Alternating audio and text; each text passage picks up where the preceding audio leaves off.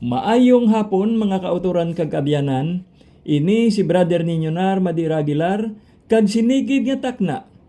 Magaopdanay naman kita diri sa aton programa sa kahanginan ang inspirasyon sang mga senior citizens.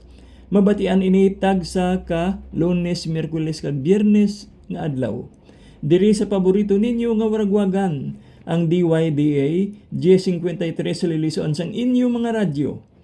Kag ang aton nga pag inupdanay sa kahanginan paagi sa ang Dios Gugma Network.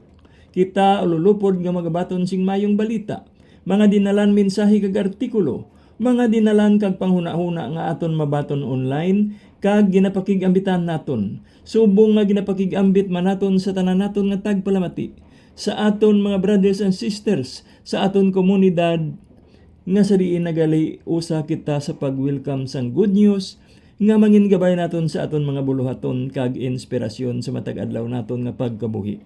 Ginatamiyaw naton ang tanan-tanan sa aton komunidad sa diin kita ginapanguluhan sang aton Arsobispo Most Reverend Midipel B. Bellunes, sa inspirasyon man sang aton Spiritual Director Reverend Father Primar P. Silva kag sa pagdumala sang aton head servant Brother Edwin A. Daulo. Siya ginaupdan sang yabugos nga panimalay ng Diocese Lia kag sang mga kabataan kag kaapuhan kag subong man sang mga brothers and sisters naton nga tagpatigayon sang nanari sa ari nga mga ministriya sa aton komunidad kag sa ila didto sa mga duog nga may mga chapters kita kag malambutan sang aton nga presensya.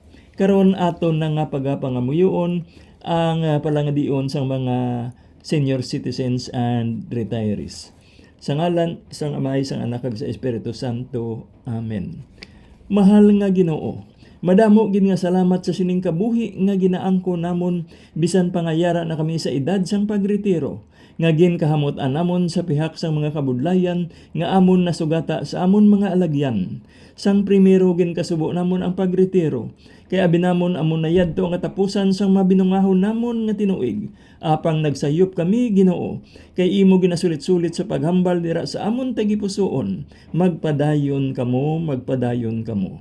Pangita ang kalipay sang inyo kasing-kasing.